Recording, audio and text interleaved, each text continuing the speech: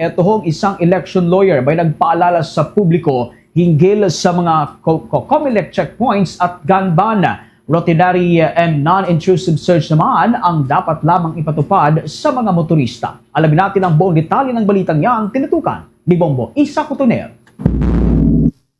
Nagbigay paalala ang isang election lawyer na si Attorney Julia Elenita Tabangin Kapuyan sa publiko pagdating sa kakasimula pa lamang ng mga COMELEC checkpoints at gun ban para sa halalan. Ang naturang checkpoint at ban ay pinamumunuan ng poll body, pambansang kapulisan at iba pang ahensya ng gobyerno. Ayon kay Attorney Julia, 3 ang ipinagbabawal sa ilalim ng gun ban ng komisyon. Una ay ang paggamit ng baril sa labas ng tirahan kahit na ito pa ay lisensyado. Kailangan itong kuhanan ng Certificate of Exemption. Ang pagkakaroon din ng mga bodyguards o security detail ay kailangan ipagbigay alam sa tanggapan. At ipinagbabawal din ang pagtransport ng mga explosives, ammunitions o mga controlled chemicals.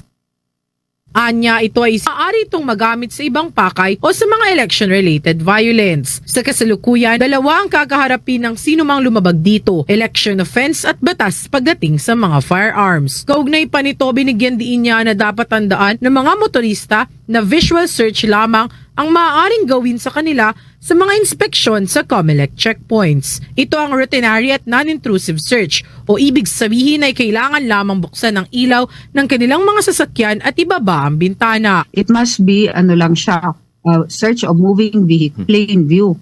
So pag nakita lang, so for example, dahil na yung sasakyan, pwede nyo namang ipabukas yung kanyang windows, pwede naman.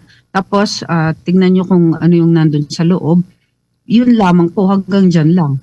Pero hindi nyo na po ma-require na they should go out of the vehicle. Pagkatapos, they should be yung opening the glove compartment or the trunk. Hindi po dapat ginagawa yun. So, ano lang siya, kung may makita siyang evidence o kaya something na nandun sa loob na bawal, ano siya, yung bang incidental. Hindi intentional na nakita mo o hinanap. It is merely incidental. So, dyan po yung demarcation natin. By accident, doon siya nakita. Yung object na yun na bawal. Matatandaan na nitong Enero 12, pinasimula ng election period kung saan nakapaloob dito ang pagpapatupad din ng COMELEC checkpoints at gun ban at inaasahan itong matatapos sa Hunyo 11 ng kasalukuyang taon. Para sa Bombo Network News, Bombo Isa Cotoner, nag-uulat para sa number 1 and most trusted radio network in the country, Bombo Radio Philippines. Basta Radyo, Bombo!